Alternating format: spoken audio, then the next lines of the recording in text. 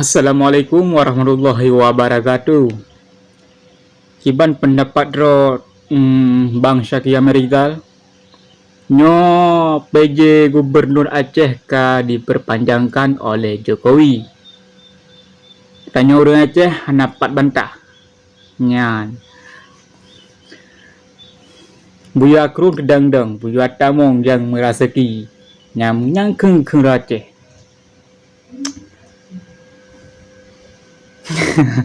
Kiban Bang Syaki Amerikal kini beri pendapat drone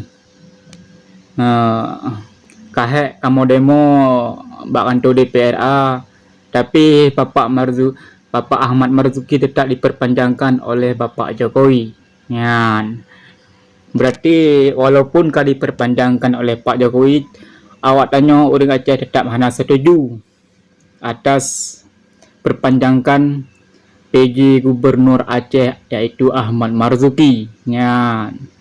Awak Aceh tetap hanya setuju walaupun pihak pemerintah atau Bapak Jokowi diperpanjangkan PJ Gubernur Aceh lo. Padahal cukup bro kanyan. Neberi pendapat Bang Syaki Amerikal.